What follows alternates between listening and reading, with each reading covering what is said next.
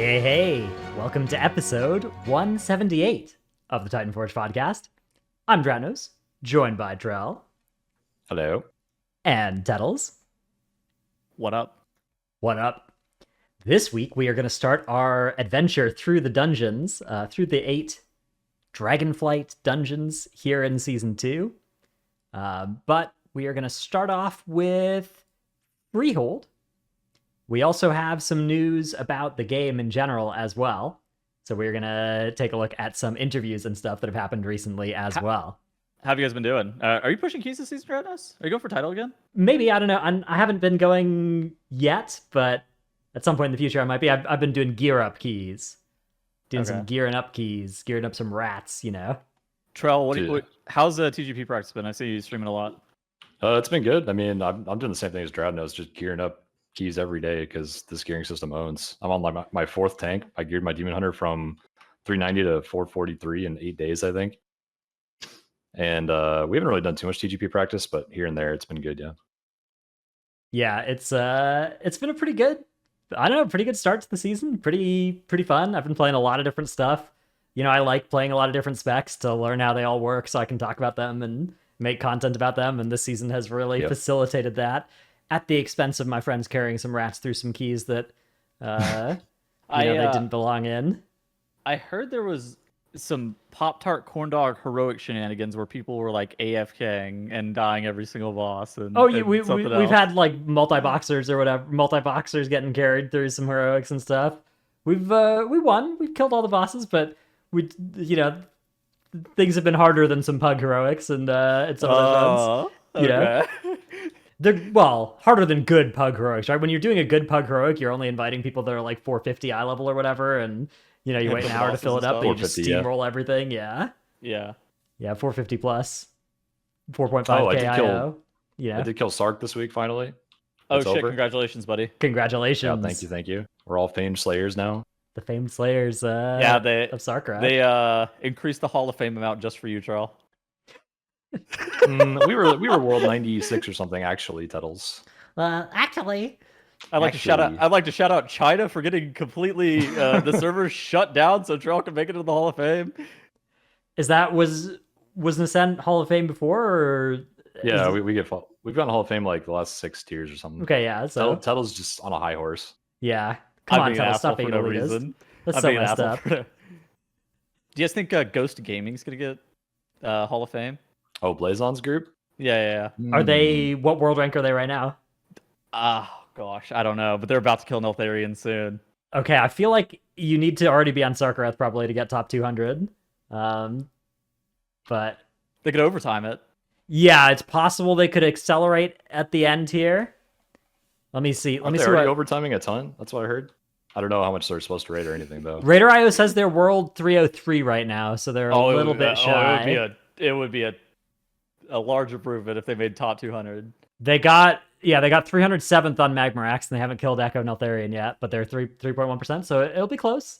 But I think I like watching once the Hall of Fame closes, watching the rest of that reset, watching guilds go for it's fun, and then it kind of falls off for a little bit, and then you watch Blazon and Kirby AU's guild when they're close. That battle is always fun. That battle is great. And then it falls off again for a bit, and there's not much good content to watch. And then there is the people trying to kill right before CE goes away, and that's also really fun to watch. And not in the sense of like we're not watching to like flame or anything. It's watching just because it's exciting content. I love watching raids. I like it when it's race to world first. I like it when it's 50th. I like it when it's 200th, and I like it at the end when there's the last chance to get cutting edge. I'm always rooting for everybody to get their kill though. Okay. This week we have some news though. We have some catching up to do. We have some interviews that have come in, including some about the Mega Dungeon, the Dawn of the Infinite Mega Dungeon.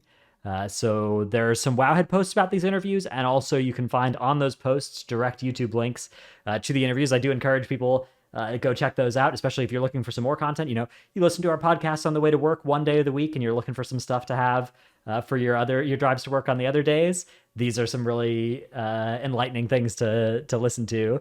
But The main takeaways for us from these is that the Mega Dungeon is coming out, and then in 10.1.7, it's going to be queuable for Heroic, and in 10.2 in Season 3, it's going to be instantly into M+, with the presumably an upper and a lower wing that will be M+ dungeons in Season 3. That is surprisingly fast for them to turn this around from a M0 dungeon to a Mythic Plus dungeon. Yeah, that'll be a first. Yeah. Yeah, because historically the Mega Dungeon would come out around now, and it wouldn't be until Season 4 that it would become an M+ dungeon, not Season 3. Right. So yeah, usually we're like, oh man, hope maybe this time we'll get it the third patch of the expansion, but maybe this time it'll actually happen. Yeah, which is, I think, really hype. I'm super excited for that. I tested that dungeon Sunday? I think it was Sunday. Okay, how'd it go? Do you like the gauntlet of the mobs that shoot where you're going to be? They like predict your movement? I was number 2 out of 5 through the gauntlet. And if you make it through the gauntlet, if 3 people make it through the gauntlet, they can open up a portal for the remainder of the players to actually just port through. So, but 3 people have to be able to make it through to open up this portal.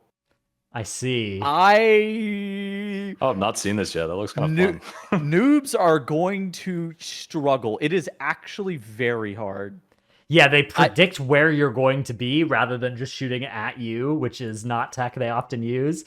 I'm a little bit worried about this for ping as well. Like, WoW is normally pretty playable on 200 ping. I don't know if that gauntlet's going to be playable on 200 ping. I struggled mightily.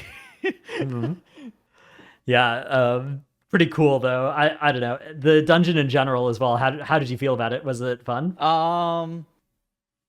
There was a lot of RP in the dungeon that made it really cool as an M0 and as like an aesthetic. I thought it was actually quite nice. No clue how it's going to translate to in a Mythic Plus situation. There were a lot of cool parts of the dungeon though, I think. It's a thing that like I could see there potentially being some problematic stuff for M+ when that comes out, but like as an M0 and as like a first time through and as like an experience thing, I thought it was actually very cool. How are the bosses? What exactly are you asking about the bosses? Like, I guess, were there any interesting mechanics or new kinds of mechanics on bosses that we haven't seen yet? Yeah, I think there was like, I won't say there was anything that was like super revolutionary, but there was actually like a split phase on one of the bosses. I want to say it was like, the boss wasn't named Chromie, but it was Morchi, right? Morchi, yeah, that's the one. There was like a mechanic on Morchi that had the boss split up, and you have to kill the one that's not wearing a hat. And that was kind of cool. But like, I don't think there was anything that was like revolutionary boss mechanic wise. I did think the bosses were actually pretty well designed. I want to say like 2 or 3 of them actually had damage amp phases. There was one fight that was like Elisand-esque where there were these rings that were coming at you, and there was like a fast and slow zone that would constantly tick and move around like the center area. And if the rings that were coming at you hit the fast zone, they would like zoom straight into you. So like ideally you want to be standing in the slow zone pretty much the whole entire time. But like, I think the fast zone gives you like a damage reduction. It says like 20% damage reduction, so you're actually incentivized to stand in it. Okay. That's cool. Very interesting. Cool. Interesting. Yeah, they said as well about it is that unlike Mechagon and Tazavesh and stuff, it's not going to launch with a hard mode, but they've kind of baked in the hard mode to it, and it's just more challenging, mechanics initially. So that means that we'll get to do them in M+ at that level as well, which to me, it's interesting. Like, how are they going to balance this against the other dungeons, right? That don't have that kind of hard mode-y stuff baked into them. I think that's always an interesting question, but they're probably going to also just be releasing it at a little bit of a higher, like, it's going to release at M0 level, but I bet it's going to feel like a 10 key or something to be doing, or a 15 key even maybe, especially because it actually is going to reward loot that is high heroic raid eye level, so probably on the hero track at the like 437 eye level or something, which is pretty relevant. There's some cool trinkets you can get here. There's a cheat death trinket out of this raid or out of this dungeon as well. So, do you think it's gonna be like a vendor for the TGP? I mean, if it's in the game when if 10.1.5 is out before or during, then it should be before or during. Yeah, I've been advocating for a Saturday patch. Just really throw a wrench into the middle of a TGP Cup weekend. Can you stop that? Dude, he said this. Man. He said this like pre-show, by the way. Just do a patch on a Saturday, and we can see the metagame evolve in real time. Do it midday, and just take the servers down for a little 15 minutes. Have them come back up and resume your dungeons like nothing has changed. Some real beta testing here. Yeah, you got to set up your Augie Evokers real quick midday. Speaking of Augie Evokers, there was also a interview about Augmentation Evoker from Preheat over that there's a wowhead summary of as well. I have been looking into augmentation quite a bit, and the quick TLDR of this spec is right now it looks like it's going to be rather good in a good group. Quite overtuned. Quite powerful. That being said, they are looking at that. Obviously, tuning is something they could fix fairly late down, but they have this goal of having the floor being pretty high for it. Like, they don't want you to need to really min-max it for it to be, let's see. They want the gap between the ceiling and floor to not be as wide. So if you just focus on ebb and might uptime, you'll still be contributing fairly significantly. But the challenge is that it's pretty hard to imagine the floor being high and the ceiling not being in the stratosphere for a spec like this. So if average play is really good on that spec, then coordinated group play is going to be wild. Because if you think like PI is always good to an extent, but if you pair it with like a really good other player at the right time, then it's going to be like twice as powerful. Squishy and I were talking about it because I think he wants to actually play Augmentation Evoker come the new patch and somehow get somebody else to tank. I don't really know how he's going to finagle that one, but he was saying that like, good luck. He was saying that like Augmentation Evoker as it currently stands, it looks like you're going to be almost required to play 2 per raid because of how Ebb and Might works and just the amount of buffs that they give to your raid. This is 20-man content. The amount of buffs that they would give to your raid it significantly outweighs anything else, and it has them projected it doing like 200k DPS and stuff like that with the amount of buffs that they're providing to a raid group. I expect this spec to kind of take some nerfs before the launch. A lot of that is coming from mastery scaling obscenely for this stat, which they've already nerfed on PTR, and they've said they'll likely be nerfed again. So that is something that might tone them down a little bit. As of right now, I've seen some stat weights for them where it's like intellect is stat weight 8, mastery is like stat weight 7, and then crit and haste are like 2, and verse is like 1, something like that for their stat weights. So mastery taking another nerf. The way that Evoker mastery augmentation mastery works is that it increases the duration of all the buffs that they give people. Really, really strong effect on that class. So yeah, we'll see how it ends up turning out. I think it's an exciting spec. I do think right now my money would be on 2 per raid for mythic content, with 3 being more likely than 1. The problem with 3, you have 6 DPS and tanks, right? So if you have 3 evokers, then you only have 11 other DPS, and so you're running out. Your 3rd evoker is really scraping the bottom of the barrel for finding good targets, but if tuning makes it live like this, then 3 I think would definitely still be good. I imagine they'll get nerfed to the point where only 2 is good. Only 2, and that I still think the 2 will be good. This is a big indirect nerf to devastation and preservation as well in raid, because like, would you really want to have dev evokers and pres evokers when you have the same utility but it benefits everyone like PI? Yeah, the dev evoker, like the dev evokers are being played this tier though just off their like damage, right? Not so much off of their like not time spiral or whatever like they were on Raz. True. Augmentation would make, like, if there was another fight like Razageth, you wouldn't need the preservations and the devastations to get your time spirals if Augmentation's good. But, like, I mean, they synergize well with devastation. The Breath of Ian's is a 2-minute cooldown. Dragon Rage is a 2-minute cooldown. That's works. True. That works really nicely together. Like you said, I think it's just a tuning thing, right? So devastation's really good. It'll probably be brought, but I think otherwise, if it's middle of the pack, probably not. Yeah, I mean, I think the problem with Evoker falls in this kind of Shaman, Hunter, DK range where it's like you're being brought if your spec is tuned well. You're not being brought for class utility except on specific fights like Razageth for evokers, grip fights for DKs, right? Like Zaskarn. Bronze is fake. Blessing of the Bronze is blessing even the first blessing of the Bronze isn't a big deal, and obviously the second the second evoker is adding like a second time spiral if you need it. Zephyr, multiple Zephyrs is nice. That being able to stack those is good. We've seen evokers in 2 out of 2 tiers for this expansion, but it's not because they're mandatory. It's because Prez was broken, and now it's because Dev is Razageth, the evoker utility suite was really good though. Time Spiral and Rescue were really, really good on that fight. Like I feel like that's similar to just Death Knights in general, though, right? Like that's the utility that like a Death Knight provides, where you're like, Death. I think that you're required to have the ability to be able to field one at some point for your comp, kind of similar to a DK. Like, I think you need the ability to be able to field them occasionally. Yeah, and to be able to even stack, like, just like Grip, Time Spiral in some fights is stackable utility that was valuable. Razageth is like an extreme example of, what if we designed a fight that made Time Spiral good? And I don't think that's likely to happen again, or as likely to happen to that extreme again, but, it wasn't just off the strength of preservation tuning. Have you guys seen their other talents? Like there's some talent that they give just a heap of armor to the tank or whatever player they want to be more tanky against physical damage.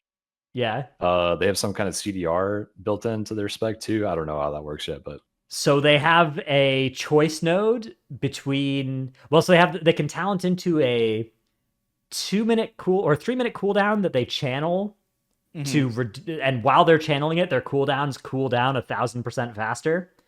So it ends up being like 20 seconds of CDR. And then below that, they have a choice node that says either I get extra time of channeling this, so more CDR out of that, or it just replaces it with passive 10% cooldown reduction, which is also strong. Have you seen the orb that they shoot out? That if you collected it, modes of possibility. As well? Now this is one of the things about them that is going to scale really well with some specs. It basically drops little Convergence of Fates balls that people can pick up to reduce their major cooldown. Oh my god. Yeah. It is so That's so stupid. Good. It's really stupid, we were playing with Augmentation Evoker whenever we were doing the Mega Dungeon, and we had a Fury Warrior, and he hit the patented 3-yard leap. Yeah. The 3-yard leap on top of it whenever I was walking towards it. Yoink. Don't mind if I do. That's fine. Yeah, unlike PI, that's kind of the only thing that the augmentations do that's like really different from one spec to another. Besides that, they're mostly just buffing with versatility. They're buffing with primary stat, and they have prescience, which is a crit buff. They do have a talent that attaches a sort of Bone Dust Brew damage amplification proc to their prescience as well. That's going to be better on some specs than others, and the skill of that spec is going to be putting it on people during their cooldowns. But it's not as differently scaling as Haste is, right? Haste, like crit, verse, and primary stat are much closer together in terms of how they affect classes than Haste is from PI. So it's going to be a little bit more naturally close between the different targets, possibly. The modes of possibility, though, is not. Modes of possibility is big. Some specs like that. Some specs don't care. Yeah. Dude, the Catalyst came out this week too. It was almost something that we forgot to talk about. I was talking to somebody and they brought up the idea of like, what if instead of the AOTC token, what if getting that achievement actually just unlocked the Catalyst? How would you guys feel about that? I'm down for that. Yeah. You think it'd be better? My proposal is Catalyst is just open from the start and it just takes some crests to give you a charge early on and then it starts accumulating free charges later. But I think the Catalyst should open up earlier, and I'm not even sure it should. Like, I think it shouldn't require raiding at all. Like, they've made tier so good from raid that once per week from Catalyst, fairly early into the patch, I'd still think there would be a reason to go into raid.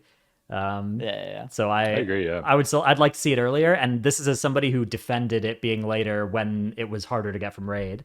But now that it's easy to get from raid, it shouldn't be we shouldn't have to wait this long for Catalyst for non-raiders. I don't think. I think that you could even make an argument that it's too fast for raiders. Like, I think that is an argument that you could make, but I think in general, like, giving people as much, like, tier is fun. I think that like the being flush with tier and having your 4-set and having the ability to be able to get your 4-set in like 2 weeks of raiding if you really put forth effort is good. And I think that should be accessible for all players. PvP, that's the thing, PvE, right? Is like anything. Tier set it's so core to playing your spec. It doesn't feel good to get it. It feels bad to miss it if more than the first few weeks in. So it feels like you're missing something vital. And yeah, I think that should be good. One thing that they haven't yet implemented that they said they would is a reduction in the drop rate of tier pieces from bosses now that the catalyst is out. So I wonder when the plan is for that to actually get implemented.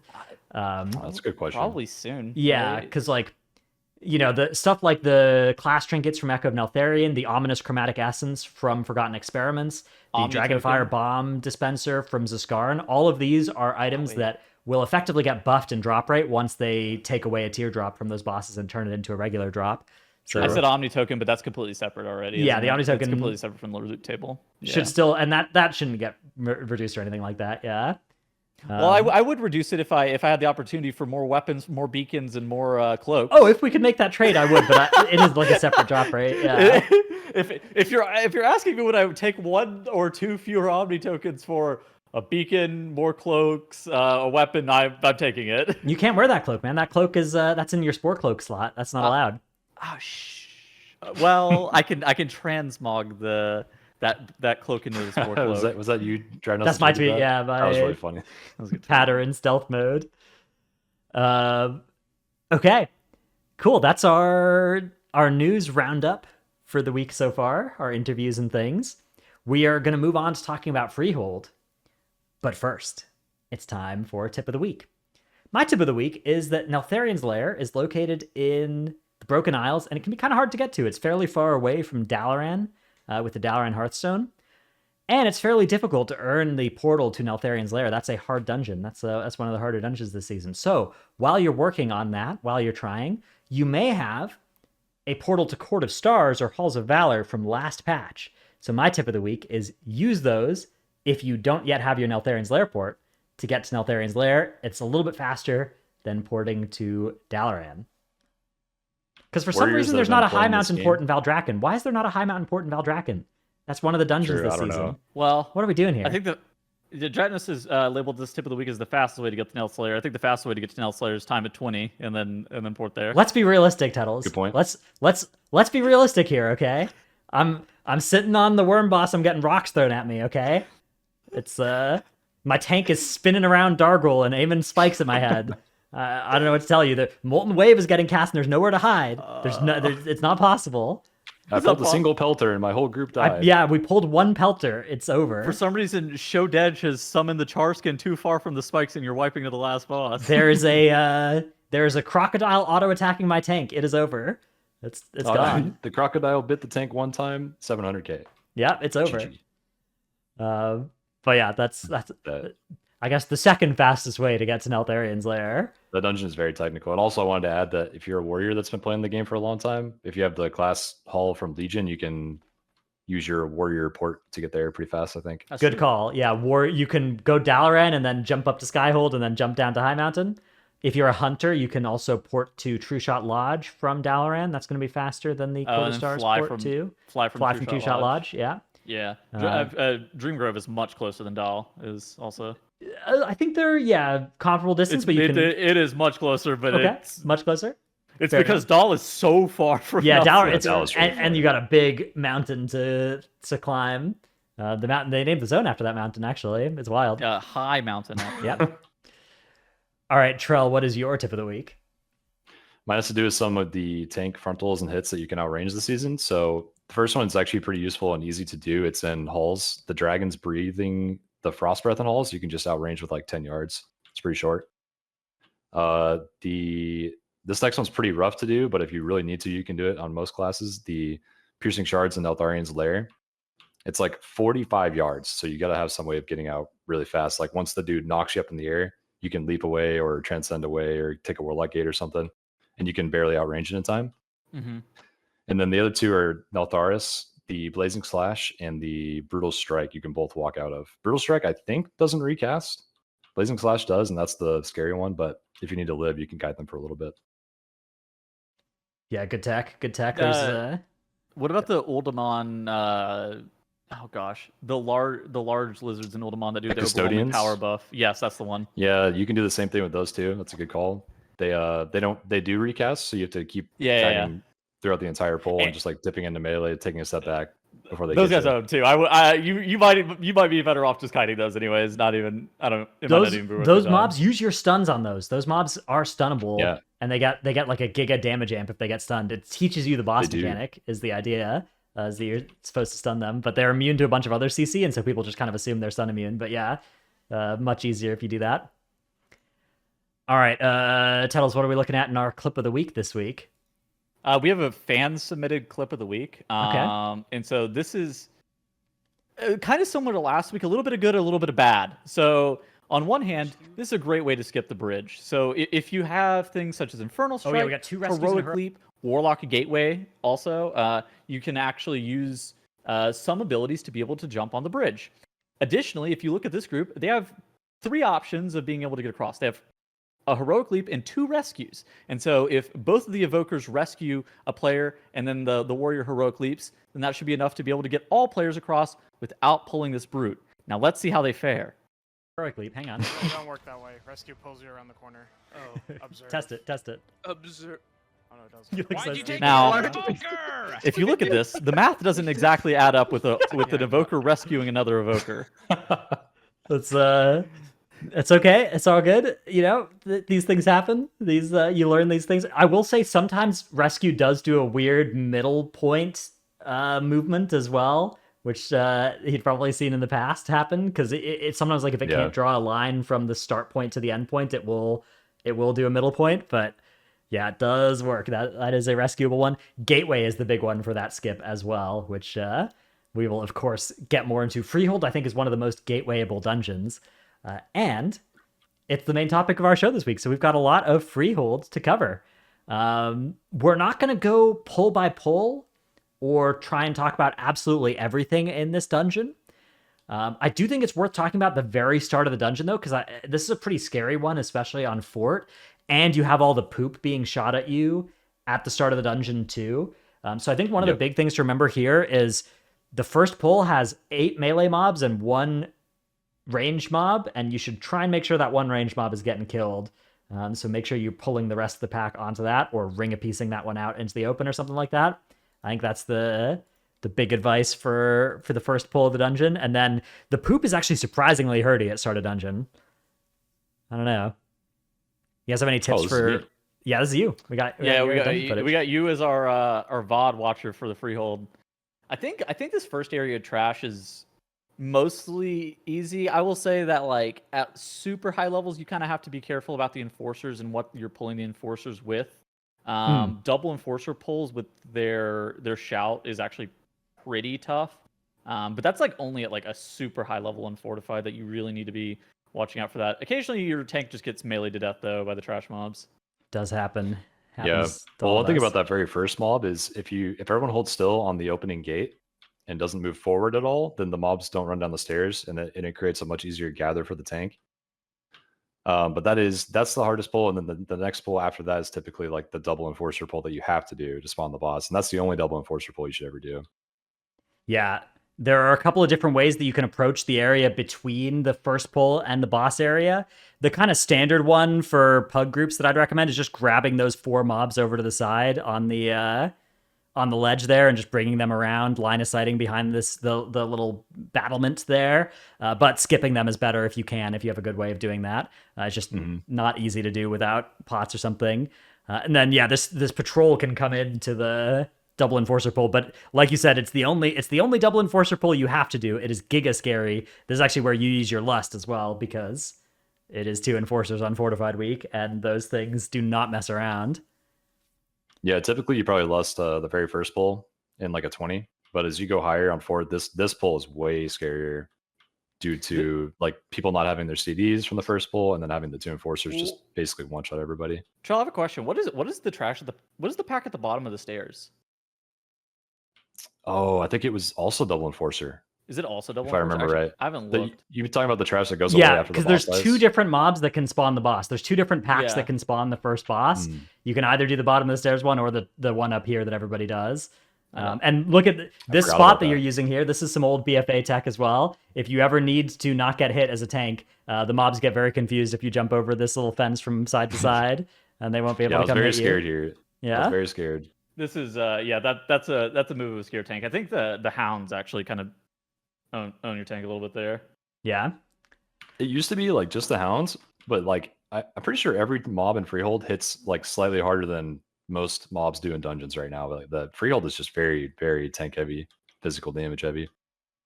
Yeah, they auto the trend this season, but Freehold I think exemplifies this is tanks are taking physical damage, right? They're not actually taking dangerous magic damage in the same way they used to.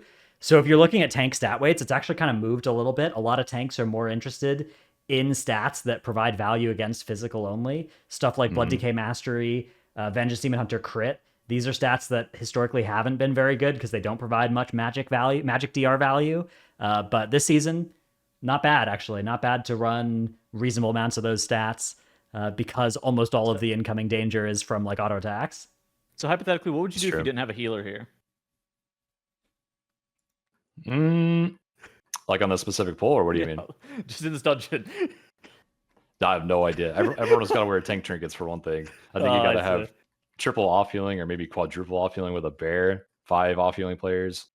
Speaking of that, tank the trash pack without Shield the Righteous up. Yeah, like this is getting a little off topic and this won't take long, but like the meta right now is basically triple off healing classes. So Enhanced Shaman, Boomkin, Shadow Priest. This is like an early meta, so it'll probably change a little bit. But and if you had Bear on top of that, healers barely even have to heal some bosses. Like there was a Vortex 26 or something done with a Bear, I think, and the healer had to heal like 100k on the second boss. Would you ever play 2 tanks, like unironically, like Bear plus Prop Paladin? I don't think so. Okay. I think Prop Paladin does too little damage to be worth bringing as a second tank ever. Like, I don't know. If it did a lot of damage, honestly, I think you could. Honestly, Prop Paladin is a little squishy right now too, surprisingly. Yeah, relative to Bear and Vengeance, it's is less strong. It's still the most popular tank when we look at high keys, but this chunk has been going down and down over time. I logged into game to check MDT to see what that pack was at the bottom of the stairs for Freehold. It is triple dog double enforcer, so it's not. It's even worse. Yeah, it's even worse. Yeah, even better. I don't know about that one. That's not it. That's not the pull. All right, first boss, Skycap and Crag. This one is scary from 100 to 75, and then it's pretty chill from 75 to 0, right? You've got the kind of classic mechanic of baiting, but the shot is a little bit less bad than it used to be, but people getting gunned down in P1 is a big problem. Yeah, what I will say is, so you need to know a couple things about P1. First off, you can get shot like a bunch of times in a row. You can get shot twice in a row. If you get shot one time without mitigation, okay, so what I would generally do is first way through, have the healer be popping like some healing cooldowns. Second way through, you pop your active mitigation or your defensives. Third way through, if you get shot, especially with the first bolt, immediately just health potion. And like we're not saving our health potions for anything else. You just full send the health potion right there. If you have lust for this boss, we should only get like 4 rounds of this. Things like darkness that are being used right here is absolutely phenomenal. In addition to that, the shot is fire damage. So like you can't like bop it or anything, but very specific things do work against it super well. Yeah, you can dodge it, so I think Evage works. I thought there was physical in P1, but it's fire. Okay. It's definitely, I can't remember. It's definitely dodgeable, so that's so weird that it's dodgeable fire. Yeah, I think the P2 one is definitely fire. Yeah, that one's for sure magic. Yeah, I think the P1, I don't know. Either way, you're trying to handle that. I think one thing to do is that after the charge, so like the boss will do shoot, charge, right? Yeah. So popping a defensive right after the charge, even before you get shot, especially if the boss is at like 85% and it's not going to be there for much longer, just send the defensive even at 100% health. And that's a fine way to do it, especially later into the P1 when your healer is a bit more dry. Especially if you've already used your health pot. So for like Spriest, I would just go like fade on pull, and then like second way through, I could pre-press DP, or I could pre-press Test Prepare, or alternatively I could like pre-shield myself or something like that, and then like if I pre-shield myself and I get shot, then I immediately like health potion. Then third way through, I would pre-press Test Prepare. And then fourth way through, if I get shot with the first one, I'm just immediately pressing like Dispersion. And then if we could like 5 or 6, then I'm gonna need help. But like you're able, I think with like good cooldown management, good defensive management, like P1 should be easy. For P2, it's mostly baiting the puddles though. Yeah, well, some bigger picture stuff here too. Like when I pull the boss, I always tell the group to be far behind me. So the first shot goes on me on pole, which is pretty big. So there's only 2 opportunities out of 3 for the first cycle of shots to hit DPS players or healers. And then it's also important where I phase the boss into P2 because that sets up the bird to always fly from a certain side of the room. So, and that's the side that people are generally used to playing the bird on. So pause this for a second. Pause this for a second, Darkness. Keep talking, Charles. What were you say? And so, like once you phase them in the right spot, you can take them to this little nest area that I always take them to. And then if a range player is playing where you see the poop falling for the rest of the fight, they can always guarantee catch the poop somewhere over there, and they can also pre-move if they're expecting it every time and not take damage. I would highly recommend pre-moving because sometimes the shot from the boss syncs up with the poop landing on the ground, and so like there's travel time for the bird and its closest player, and I think that's like an important variable. So like if you're the closest player but you're like far enough away, like Charles was saying, just make sure that you're pre-moving it to where you're not getting like ticked. But also if you're melee, I think that playing on like either side of the nest is important because the range should be like fanned out in like a cone area like around the boss. So you need to make sure that multiple people aren't getting shot at once. Yeah, for sure. Also, you can freedom the target of the poop and they will not take any damage. Interesting. I actually didn't know that. Cool. It's one of those damages tied to the mobility effects. Yes, Why sir. do you tank the boss there, Trail? This is like a guaranteed spot to never get hit by the bird charge, even if it screws up its cycle and just charges toward the melee. It's a really, really nice spot. And plus, it's safe from poop if your ranged are baiting correctly. And it allows melee to just like stand on the outside of the boss, like you mentioned, so that the ranged have the entire boss room to play in without worrying about cleaving people. Cool. All right. So first boss down. We have trash towards the Council and Trothak area, which is a very open area of the dungeon. Do you guys have any tips for which trash to pull or skip after this first area for 20s and for pushing keys? There's actually so people have been pulling crushers in Freehold for years, right? Generally, crushers are okay on like the 20 level. So on average, you can include lots of those in your route and skip some packs. Like you can fight 2 crushers with the turtle if you want. You can put 1 crusher in like the 2 mob pull plus 5 mob pull that's near that 1 crusher by the dummies. Yeah. Do stuff like that for extra count. But one of the meta pulls that's coming out right now is doing a pull on the left side of the bridge as you leave the first bridge, because there's just a bunch of high count mobs right there, and it's pretty safe compared to pulling crushers. Okay, yeah, let me find that. That's like right after you get across the bridge, which I don't even think I did it in this VOD, actually. Okay, but we can look at it when it's right after you cross this first bridge, which by the way, that first enforcer, you can skip it with the way you guys are skipping it is somebody's pulling it up the stairs and then everybody else is jumping down and running past, and then that person's shadow melding or something. But here you're just skipping, but there is up to the left under the house a bunch of count available here if you want it. That you can grab that I think is pretty good to pull. You don't usually want this stuff that gets mind soothed here. There's the oarsman, there's a duelist over here as well. So this is usually less good than like the 3 swabbies that are over to the left. That's a lot of free count. Buccaneer like scrapper packs are typically what you're going to be fighting. Just really making sure that you have kicks for the frost blast on all the Buccaneers is probably the most important thing. The brine scales, the season, or the brine scales, the Buccaneer brine scales. With a season like this, like the brine scales water bolt going off isn't going to be like the death of your tank, but like having some kicks on them is important. But the frost blast from the brine scales is probably the most important thing. Beyond that, you just kind of need to watch. You need to watch the harpooners. So the harpooners only target players at range, so you can bait it on specific people if you really want to. And the harpoon is physical damage. So like, what I do, and then obviously this is like a very Moonkin specific thing, but I have everybody else get into melee range of the harpooners, and so I'm the only person who's selected. Then as I get gripped, I wild charge out of it to cancel the harpoon, and then I get re-harpooned, and it's not a huge deal because I'm not gonna take that much damage. But like, cloth classes are, for example, very scared. Yeah, I think there's 2 double harpooner packs, and you want to avoid those except for the 1 pack that you can pull onto the council boss. Yeah, it's just Raoul left. Since the boss is always static now, you're always fighting Eudora and Raoul, so you kind of kill off Eudora first, then pull that double harpooner pack into Raoul, and you don't want to go unless he's barrel smashing, so you don't risk resetting the boss also. But the double harpooners will kind of die automatically to that bad brute that he puts down, which we'll talk about, which is nice.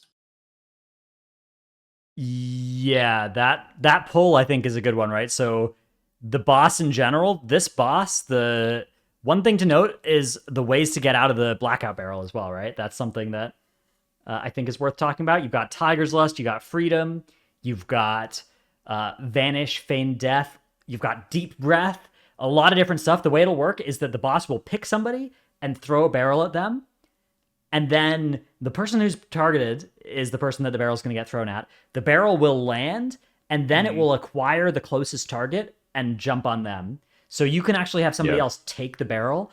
Druids can do it. They can shapeshift into form before getting the barrel, and then shapeshift out of form will free them of roots. You can't shapeshift from human into form while you're in the barrel, but you can go from form into human, and that frees you from it. I know that. Yeah. Yeah. A lot of different ways to do it. Freedom is the best, but you have Tiger's Lust is good.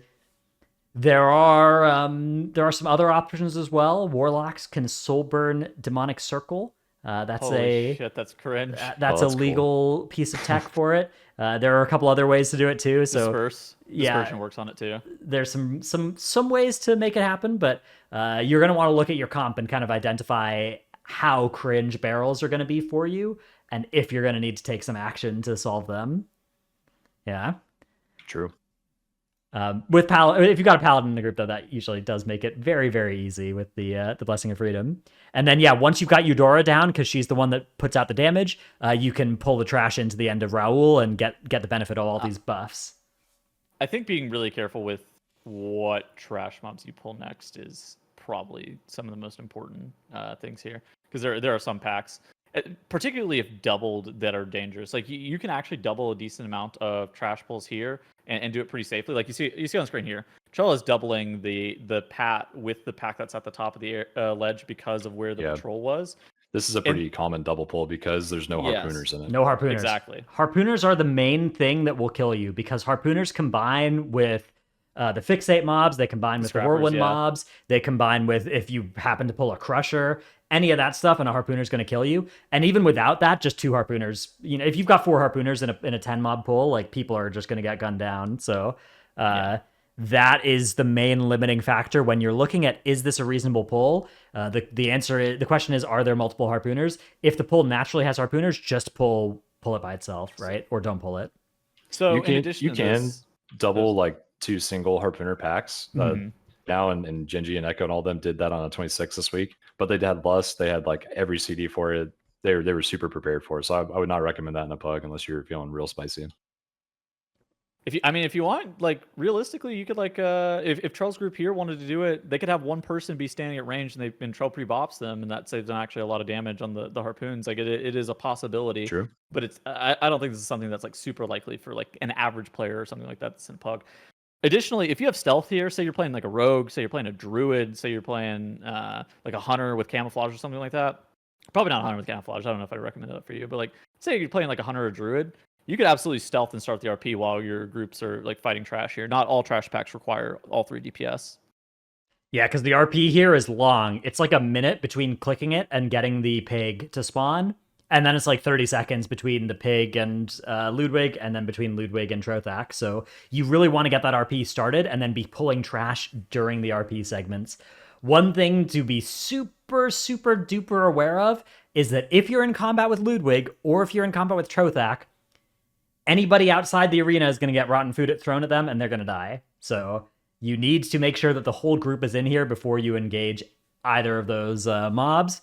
And you need to like not release if you're fighting Ludwig. Don't release and try and run back because you'll get killed unless you have like an immunity to run back with as you get close. Also, don't trust the wood. Any of the wood around the edge of the room, like you can feel like you should be safe here over in some of these areas, and you'll just get food thrown at you and die. So give the room more respect than you think you should for the food positioning. That is super common for people to die to that. If you step on the wood at all, you have about 1 second to get off of it and back into the arena before you're going to get food thrown at you. Pretty much guaranteed. Yeah. All right. Why don't we talk about, I guess, the Trothak fight, unless there's anything else in this area that you guys wanted to mention? Going once? I think we're good. All right, do you like Crushers with... do you like Crushers with Ludwig ever, Charles? I did. Once we hit like the 24 level this season, I started to notice that I was just getting owned on Paladin and even Demon Hunter and Bear by these crushers. So I think the move now is probably no crushers unless tyrannical. Okay. To be honest. So then you've got Ludwig. Ludwig is an interesting fight because, or sorry, not Ludwig, but Trothak. Ludwig obviously is not an interesting fight. That's a mob that auto attacks and throws some shells that you should not step in. Well, there is one tip for Ludwig, and it's that every time he spawns shells based on his health missing. So if you're burning him really fast in the 20 or something, he's going to spawn shells like crazy. But he also always throws them through the very middle of the room, and that makes it really easy for melee to just like kite in a circle like I'm doing here in this clip, and never get hit by shells because he always throws them at the middle. That's cool, yeah. And then they just keep repeating back and forth across the same trajectory for the most part. So, very, very good tip. Okay, then you've got Trothak after that, the shark boss. This boss, I feel like, is less consistent than it was in BFA with when its sharks are being thrown. I don't know if you guys have noticed this as well. It's bugged. Yeah, so sometimes the spell queuing is just jank. I've seen that, but more often than not, if you see some jank stuff going down, like he is double thrown a shark at some point, and that is really, really, really annoying. Yeah, he has like an entirely new spell queue at some point in the fight. Like, I think it's like 2 minutes in, he just throws both of his sharks, and if it's at the same player, they're probably going to die. Like, I hope they fix that before TGP. Otherwise, I'm sure you guys will see a death there casting. So, are if you see the shark is being thrown on you, can pre-move it to where it it landing doesn't hit you, but it requires you typically to use either be max distance from him or to use like something that's movement speed. Now, if you're playing a Destro Warlock, a Elemental Shaman, a Shadow Priest, there are some target dummies that you can be dotted. You can multi-dot for value in Affliction Warlock. Any of these specs, if you're standing over on the side where all the blood is in the video right now, you have line and range on a bunch of target dummies. And you can throw your Immolate, you can throw your Flame Shock on those and get some value onto boss, depending on what build you're using. A Priest does not want to like dot them. You can Shadow Crash them as a Shadow Priest. You don't want to like hard dot those mobs though. Okay. You know, just saying you can. It's good for your overall. You can. It's good for your overall is all I'm saying. It is not good for your boss damage. Yeah, and until they remove training dummy damage from the overall, it's good for your overall. So I would do it. I would recommend everybody do it. It's really good. But yeah, you can also like you can throw like an Avengers Shield at the neutrals up on the side and pull them in for a little bit of funnel, or throw a Sigil of Flame, or have somebody else pull them if you're a tank without something like that. I think overall though, like the biggest thing that you need to know about this fight is like how to deal with the sharks. Typically at higher ends, this is like a healer job, but realistically, it could be a job for any ranged. I would recommend ranged or healers to be the primary people doing this, where they get the shark on them, and then the shark focuses on the nearest player. If it's like you and you're the primary person who's doing this, all of the other players have a responsibility to get the hell away from you. But then you have a responsibility of like dragging the shark into the blood, and then everybody else has also an obligation of making sure they're not in between the boss and the shark for whenever the boss charges the shark to rearm. It's actually which shark it is matters too. So you want to have someone manning the what's it called, swordfish shark? The long nose, the one with the sword. Yeah, not the hammerhead, the long nose guy. Yeah, the long nose shark stays out for a long time before he picks it up, but the hammerhead doesn't stay out very long. So typically, what I like to do as a long-time freehold enjoyer is pick up the hammerhead shark myself as the tank and just kite it with the boss for like 5 seconds, and the boss will just stay in place when he jumps to pick it up, so nobody gets hit by the jump. Would you ever let the shark just like hit you perma and you just like face tank it? No, I mean that thing does a lot of damage. That'll kill you. Yeah, I mean you gotta run from those guys. You can bubble that or something for a little bit, but yeah, it's not really survivable normally. It is, yeah. I mean, keeping track of where the shark is as well. I see some melee getting hit by the charge. You just make sure you're never between the boss and the shark, right? That's an easy thing to do as well. You can start to develop an internal timer of when the next charge is going to be as well. Although again, note that the spell queuing does sometimes do a silly and start changing in the middle of the pull. So that's good to know. I would say generally as the tank as well, it's good to move away from the long nose shark. From the saw shark or whatever, because you don't want it to be griefing your melee and charging towards them. So usually I will pull the boss far away from that if it spawns sort of medium close. Yeah, I actually like to play on. That's a good point. I like to play on this half of the arena and like have range, being able to feel like they have control over maybe 2/3 of the arena at any given moment for the sharks, so that there's just more room for activity. So I'd always just like, as soon as the swordfish shark goes out, I'd pull the boss somewhere opposite of where it went. Is the shark tornado dodgeable still? Can you like evasion stand in it? Yeah. Is it? I think so. Okay. It's fizz at least, so tanks can stand in it and live often as well. Although you don't need to. You can. I'm pretty sure you can bop it. Yeah. Many melee specs though, especially many of the good ones, can just hit the boss from outside of range anyways, right? So many of the good ones. Yeah. Okay, Ret Paladin and Rogue. Serve can too. Serve's got lunge. Level. Yeah. That's there's more too, I think. Yeah. It's feral, but like it was. Yeah, we astral didn't say influence, good ones. You know, that's what are you trying to say about feral? That spec's not bad. Charlie, you trying to play with the feral druid? I have not seen a feral druid this patch. I got to be honest. Well, that's because they're so good at stealth. Them and rogues, they're exceptional at it. Okay, we've got the final bit of the dungeon, which is, so first of all, there's the trash with the painful motivation here. Painful motivation's taken a little bit of a nerf from the BFA version, but it's still a powerful way for this pack, these packs, to get killed. How do you like to handle this area, Trell? Well, it's a powerful way to kill your tank. That's true. Yes. Yeah. So the trade-off is real. To be honest, I don't think painful motivation is worth letting off anymore. Okay. It's only 1% of their health per second now. I don't think it scales with key level anymore as far as the damaging them part goes.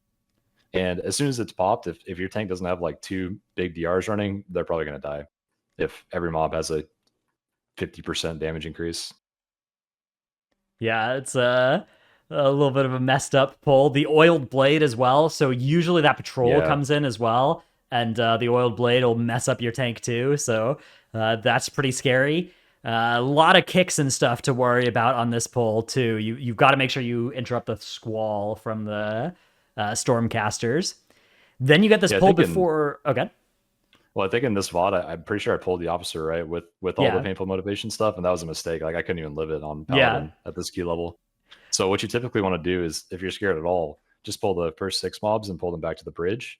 Mm-hmm. But the catch is everybody needs to stack or leave a space to dodge the sea spout because it's no longer interruptible. Yeah, 100%. The sea spout will get you otherwise. This pack, whether or not you let painful motivation off on the 6-pack, you do not want to let the enforcer get affected by the painful motivation buff. Yeah, that is a run ender. That is I depleted a key to that. So you want to either kick it here or manipulate it so the enforcer's not one of the closest 2 targets, the painful motivation caster. Yeah, that's true. You could also soothe it. So there's a multitude of options for this, but do not allow a painfully motivated shout to go off ever under any circumstances, even in a 20. You will get giga murdered. So you can actually skip this pack. If you notice, like, you used to be able to skip this pack back in BFA by just pulling the boss, and like this pack wouldn't pull with the boss at all. That is no longer the case. Now it pulls with the boss. But how you can actually skip that pack is very similar to what you did for like Tyr and Maruk, where you pull the pack to the side and then you just meld it off. It does require a little bit more coordination than the Tyr and Maruk one because those guys moved real slow, and these guys can move quite fast, and also the hounds have stealth detection. So yeah, true. You have to be careful, but it's possible.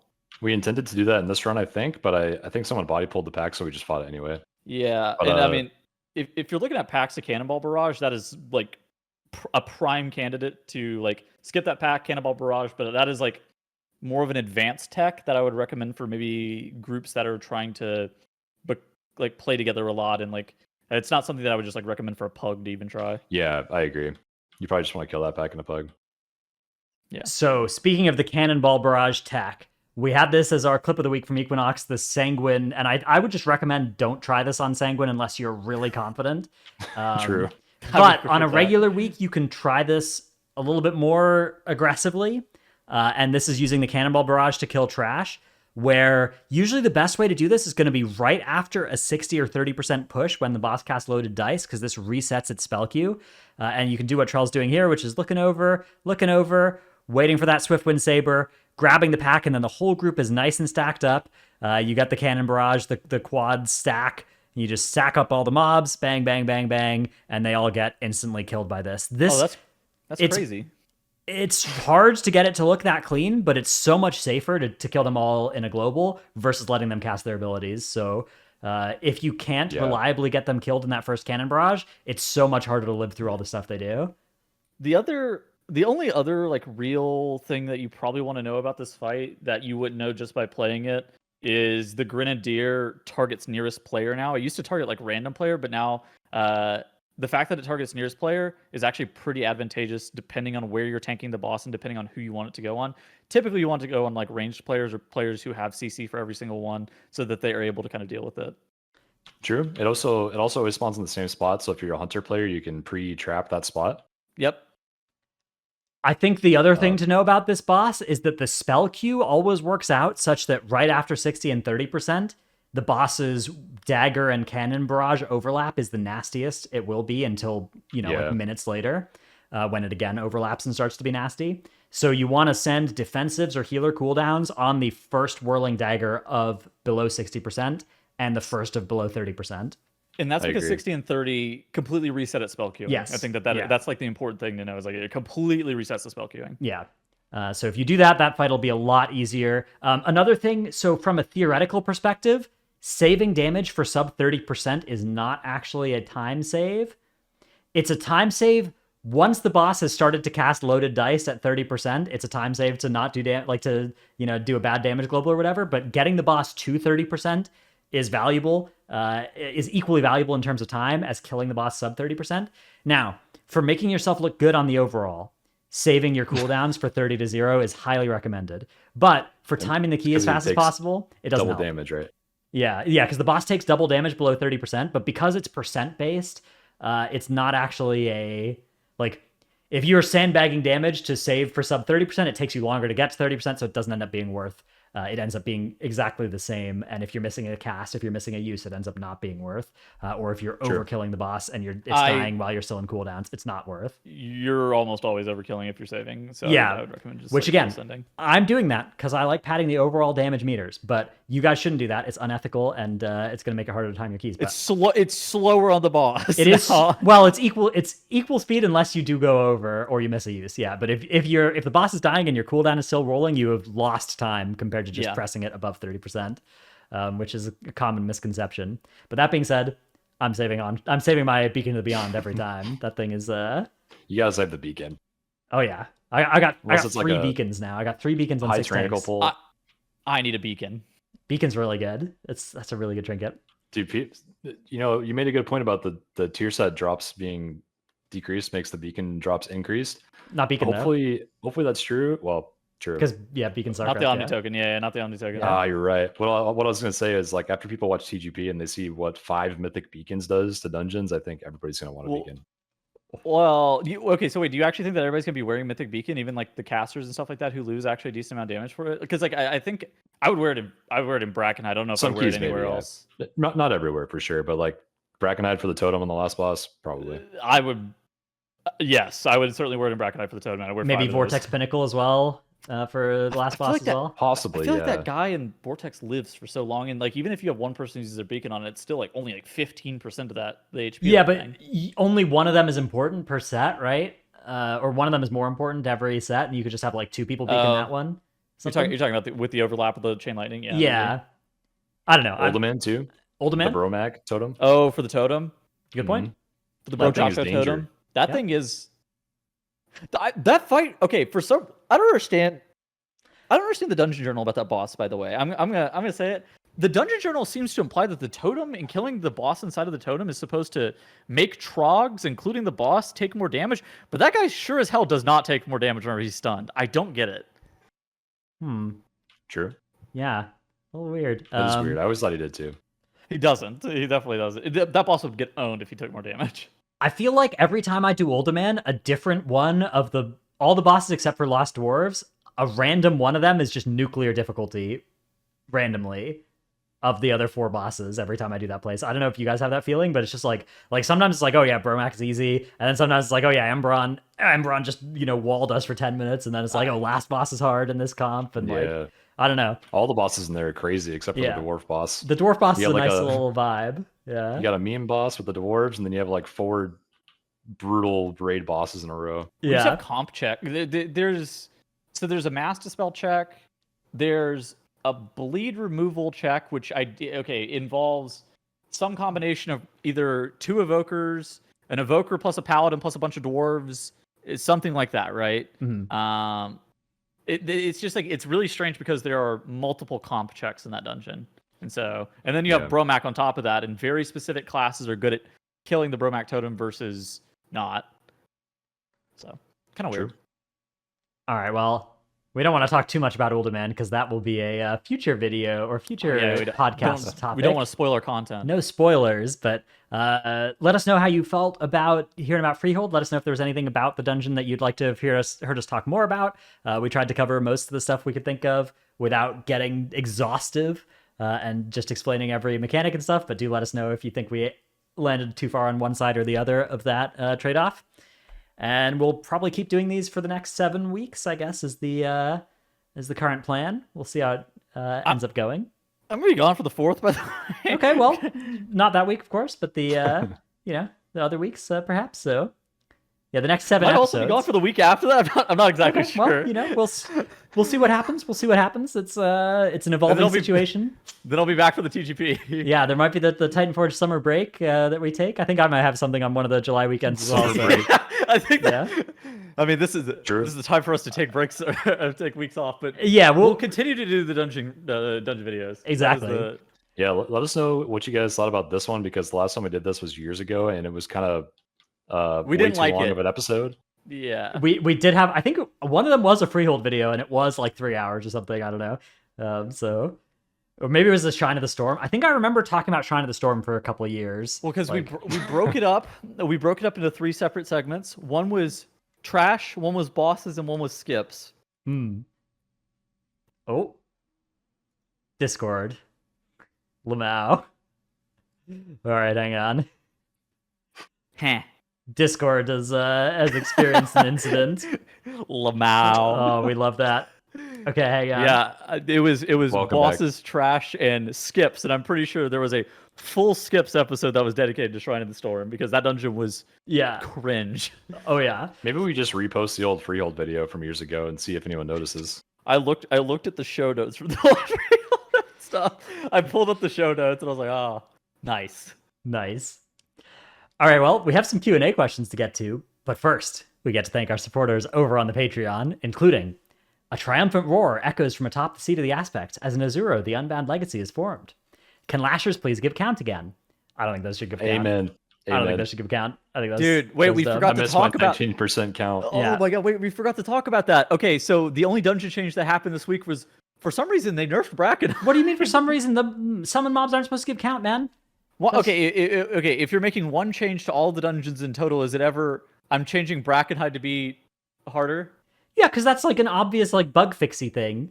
What is the Neltharis chain nerf? Because that's not like a bug fix. That's like we need to tune this. That shit's cringe. There's tuning, and then there's like bug fixes that affect tuning. I don't know. I think you pull the trigger on the Lasher stuff, even though it buffs the dungeon. Because Brackenhide's not that bad of a dungeon to buff, anyways. That dungeon. No. I don't mean like I don't think it should have been buffed. Like don't get me wrong. I think that dungeon should. I think that the Lashers should not have given count. I'm more upset about that's the only change we've gotten in 2 weeks. Or 3 weeks. I agree with you that there is an urgent need for hot fixes to dungeons. But I just disagree with. I disagree that the Lasher changes is bad in that context. But I don't usually like the framing of like this change is bad because it wasn't this other change that I wanted. I'm just surprised that they're like, oh yeah, one change. That's the one. I'm like, yeah, it's just that there hasn't been Mythic Plus tuning like there was last season, and everybody's like, well, where's the tuning? And then they finally do something, and it's like, oh, really? The one thing that was like kind of fun in that dungeon was fixed now too. Well, it shouldn't be. I think we all agree that it shouldn't have been like that. Yeah, I agree though that should be a tuning pass on these dungeons. There should have been one a week and a half ago. There should have been one half a week ago. Hopefully there's one in half a week. I don't know. I'm fingers crossed. Hopefully there's one right after we do release. Yeah, that would be cool. Little hot fix. I mean, I would kind of hope that it's like posted and then comes in with the weekly resets and it's like, 5 changes per dungeon or something. Like there's a lot of stuff that I would like to see tuned for the longevity of this season. The season started out really good, and I think that it's fallen off. Yeah, the slowness to adapt and like nerf some of the aggressively challenging stuff that makes some specific bosses and dungeons comp dependent. I'm not a huge fan of that. I can't believe Dratnos left off the goat caster trinket is Whispers in the Dark. Ja, King of Skills, Dratnos' Dino Pillow, Chromed, Trekkie, Chewy. All the crying and worry of Guardian survivors is scaring, of Ghoul-Ron survivors is scaring off buyers. I read Guardian there. I don't know what Ghoul-Ron is. Maybe some Diablo thing or something? I don't know. That's Diablo area. Okay. Sounds familiar. Okay. Yeah. Have you guys been playing Diablo? Diablos? Yeah, I have. I've got a 73 sword and a 71 barb. I've got like a 70-something druid as well, 72 or something druid. I've been playing the new TFT set and doing dungeons. I'm playing the new TFT set soon. I haven't started yet, but tomorrow I'm gonna blast. I've been catching up on all my stuff, and then I'm blasting TFT tomorrow is my plan. Yeah, I love that. This set's really good. Play Flex 4 costs. That's your best bet. Flex forecast. All right, yeah. I don't know what that means, but sounds good. Sounds like a vibe. Giannis is gonna reroll 1 cost. Is there Leona in this set? Is she here? Is there any really annoying 1-cost tank I can reroll? Not one that's been discovered yet, but I'm sure you'll find it. All right, well, we're gonna do some science. I'd rather have Coin, Ziv XX, Salty Senny, Necris, Sinmora, Tankdill, Nevuk, Eevee, Year of the Spear has been extended into 2023. Bless up. No Trick, I forgot I was subbed here. Dimat, Rework Mistweaver. What is the name of Mancrick's wife? Like and subscribe if Dratnos gets it correct. I believe this is like Karen. No, it's not. It's like Olgra or something. Oh, I don't know. Let's see. Man, Helga? I'm looking it up. Olgra. Oh my god, it's Olgra. I was right. High roll. How does he know that? How does he know? Nyx, Secret Chicken Level, kinda lit. Gallic, Brusive, Dratnos Abyss. The Skull of the Minari calls only one of the Legion zones revolting. Which one? Like and subscribe if Dratnos gets it on the first try. Huh. Which zone with the Skull of Ardenweald? That's not a Legion zone. That's not a Legion zone. I'm gonna guess Suramar. I'm gonna guess Valshara. Valshara's nice. Oh, that's probably right, actually, yeah. Is this the Night Elf one? Yeah, that could be. M Sanity, Xena, Rogue is now good enough for prog, but still bad enough to be sat for SLG. Bless up. Red Color, youtube.com/workbringer, Alphabet Soup, Druid Friends of Nevermore, #1 Simski for Trelsky, Lurka's back in the States, but was he ever really gone from our hearts? Milk, Sife, Pone, Windwalker Monk Steel with nerfs by rolling with the punches. Thesaurus.com is a powerful tool. The Marsh Hare, Mage Rework Waiting Room. Thank you for listening to the Titanforge podcast, as brought to you by Daddy Dratty, Grampy Trelsky, and the Tettles Effect, TM. Big Head Small Brain, King's Honor, fellow horde. It's Grampy me, Trell. Grampy Trelsky, yeah. King's Honor, fellow horde. It's me, your newest guild member. Juniper, Demo Lock goes burr. Husky is a good dog. Rat Run. Let me take you all back to expansions past and ask what Margrave Draka, Sire Denathrius, and Magmi Bronzebeard have in common. Thralling in my sins, Azeroth's wounds they will not heal. That's a good one. Although that's the same. That one's the same as last week. So we can give us a new one or still crawling by Linkin Park. Yeah, still a banger. Yeah, Chauncey. That moment when your tank says, "Now where's my ranged at?" during Jade Serpent Dragon Boss and bricks your key. Feral Druids in the MDI. You've got to be kidding me. Oh, you don't have that yet? Boom. Sire Dematicus graciously thanks Blizzard for easing back on the Demonology PTR changes. The small mammal living in Dratnos' shirt. Sapphire. And I took a pog pill in Ibiza to show a Trelsky I was cool. Thank you all for the support. Trell, I know they're calling you grandpa, but I think that you are certainly the least washed out of all of us on the podcast. No, it's all good. I'll be old. I'm old. Dude, old man competing at the TGP while Dratnos and I cast. Dude, those who can't cast the TGP. The video of you going out and just looking at your lawn, though, that's one of the funniest things I've seen. Well, the fact that he has a Ring doorbell is also just indicative of something. Yeah. Sometimes you just gotta check your phone instead of getting out of bed to answer the door. Oh yeah. It's just the UPS guy. All right. Next is Q&A. Our first question comes from C18 that says, without looking it up, what is the name of Evoker's Bloodlust effect? With all these trivia questions, people are giving trivia questions. Clearly, it's Fury of the Aspects, though. That's That's 100% the Evoker one. I did not know that. Oh yeah. Thank God that he. God, I was gonna guess that, but I knew that he had it for us. Oh yeah, it's yeah, I'm a bit of a role player, you know. Up next is EXE in Discord, who asks, should there be an award, a cosmetic, for the top 1% of M+, and should top 0.1% titles be spec-based to encourage parity and off-meta choices? What do you guys think this about? Question? We've had something similar to this question before, right? Yeah, I think most of us just generally agree that more cosmetics for more bands of M+ achievement is good. I think, yeah, top 1% cosmetic would be good. I think a top 10% cosmetic could be good. Top 5%. We've got top 0.1% with title, but you know, top 100 or something, like anything they want to add, I'm happy for it. Like I'd love to see any increase there. Some kind of. I'm not gonna lie. They could even add like a top 0.005% band or something. Top 0.005%. That's like 2 people. This is what we've got. Top 0.1% right now. That's 1,000 or something. Okay, people. So top 0.05%. Okay, yeah. So like half of the half the title the range. Yeah, current title range. I wouldn't mind seeing that. Although I do think they should definitely add some wider band cosmetics if there's going to be like transmogs and stuff. Yeah, I mean, I think I think they could just do more bands in general for cosmetics. So as for like spec-based title, being spec based, I generally. I don't like it being spec based. I think that it just being like a general range where sometimes your spec is going to suck. We've had some pretty diverse metas over this expansion. Yeah, this expansion has had pretty diverse metas. Sometimes your spec is just going to suck, and that's just part of it. I don't think that making it spec based helps anybody realistically, because like if you're looking at LFG, you're not going to be more incentivized to bring a Frost Death Knight just because they're playing Frost, right? Like you're not going to be more incentivized to bring those people. I was thinking the same thing, but like, yeah, if you see a Frost DK, you're like, oh, well, that's good for their title range. Like they could get it if we bring them to this key, but it doesn't help my title. Help me. Yeah, exactly. Yeah. If anything, you'd see a lot of groups that were a Shadow Priest, like a Shadow Priest, a Subtlety Rogue, and the player of the third spec that is getting their title, right? Like that is the title. Yeah, that's what those comps would look like for title push. I mean, that's how title push kind of goes right now, anyway. Like oftentimes it's not a full meta comp; it's like 4 meta specs plus 1. Yeah, getting carried a little bit spec. Yeah, and it works every time. I think for off meta choices, like I think you're right though. The way to do it is to find some way to encourage people to play with the less popular specs rather than for people to play as the less popular specs. Because people already want to play as the less popular specs. They're cool, right? It's like their favorite spec. You want that to be good. But the problem is getting invited. So some kind of system like that. I mean, it's a hard problem to solve, but I think that would be the way to attack it.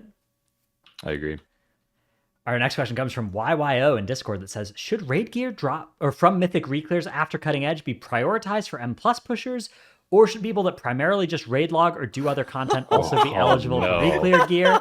I can see people thinking both ways, but I'm curious as to your thoughts. Well, everybody's raid leader is going to tell you that shit's going to the people who need it for raid and making reclear the easiest. Everybody's raid leader will tell you that. Yoda on Twitter will tell you that it should be prioritized for people who actively play the game more, though. Yeah, it's a sort of similar dynamic to, like, not cutting edge guilds, but lower quality guilds, right? Guilds that are less hardcore experience this problem early in progression, where it's like half of my raid is doing M+ in the first week and half are raid logging. And so does all the raid gear go to the raid loggers because their gear is worse, so it's the bigger upgrades for them? But then you similarly get this issue in farm for cutting edge guilds where it's like, you know, should this bomb go on a player who it's 1,000 DPS for? Or should it go on this player who it's 800 DPS for that's trying to push M+? So, like, I guess like a good example would be like, should I actually ever get Beacon from the Beyond on my Moonkin that I'm never going to wear in raid, but I really, really need it for a Brackenhide Hollow? And the answer is, I'm never getting that shit. I don't expect to get that shit. Maybe I'll get it from Heroic. Like maybe or my Vault or something. Maybe, you probably should get it from Heroic. Our GM is maybe gonna handshake and hand me over one from Heroic, but like, I'm not getting one beyond that. Yeah, my guild, like, if somebody needs something for M+, we try and get it to them, but like something like Beacon to the Beyond, yeah, that's not going to go to somebody who won't use it in raid until the people who will use it in raid have it. What, like a Jathis Right. On a tank, I think is also like a good example, right? Like in general, a Jathis was never gonna go to a tank over like a DPS, except for very specific situations where everybody else already had a Jathis. But like, or like a Gavel. I think a Gavel to the first Arbiter is like a good example of that too. Where it's like it's never going to a tank first, but like that tank wants it for Mythic Plus. Yeah, true.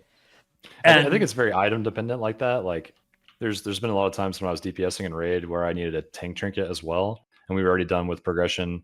And the tanks probably weren't going to use it that much in raid, so I was like, "Hey, can I get that tank trinket from Mythic Plus?" And like that's in a situation where it's probably okay.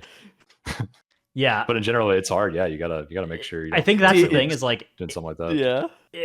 you kind of we it depends on the guild. You gotta talk, right? Like getting the M pluser to talk about wanting it before it dropping and then being like, hey, can I get that?